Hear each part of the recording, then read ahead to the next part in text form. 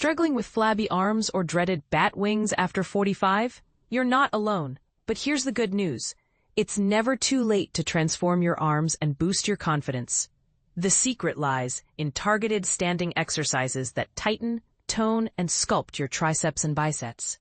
But here's where it's controversial. Many believe that age-related muscle loss is inevitable, but fitness experts argue that with the right approach, you can defy the odds. Let's dive into how you can reclaim your arm definition, no matter your age. After 45, our bodies naturally begin to lose muscle mass, about 3 to 8% per decade, if we don't actively combat it. Hayley Akradi, CPT and Senior Project Manager for LT Digital Fitness at Lifetime, explains, the triceps are often one of the first areas women notice this loss, because they're not heavily used in daily activities. But here's the part most people miss. Hormonal changes also play a massive role in fat storage and muscle building, making it harder to maintain tone. Combine muscle loss with skin losing its elasticity, and you've got the recipe for bat wings. But here's the game changer. Muscle responds to stimulus at any age. Akradi emphasizes, I've seen women in their 50s, 60s, and beyond completely transform their arms through consistent strength training.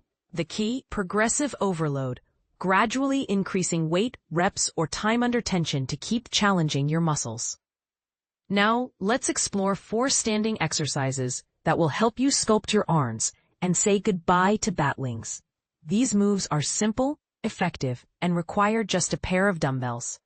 1. Overhead press. This foundational move builds strength that supports all other upper body exercises. Hold a dumbbell in each hand at shoulder level, palms facing inward. Press the weights overhead, fully extending your arms. Lower the weights back to shoulder height with control.